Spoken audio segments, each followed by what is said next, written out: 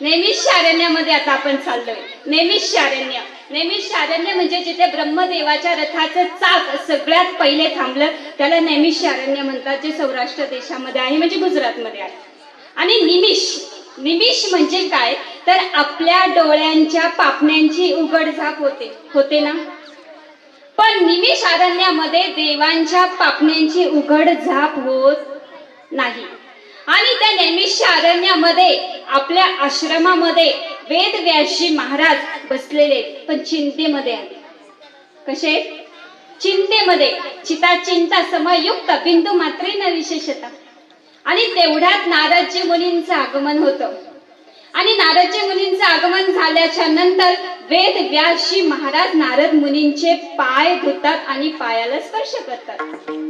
आता ज्या 75 विभूती सांगितलेल्या आहेत त्याच्यामध्ये नारद आणि वेदव्यास ह्या विभूती आहेत, 2 विभूती आहेत. पण नारद हा सृष्टीतला तिसरा अवतार आहे. नारद तिसरा अवतार आहे, पण व्यास मात्र सृष्टीतले 17वा अवतार आहे. म्हणून वयाने, अधिकाराने, ज्येष्ठाने, श्रेष्ठाने नारदजी मुनी मोठे.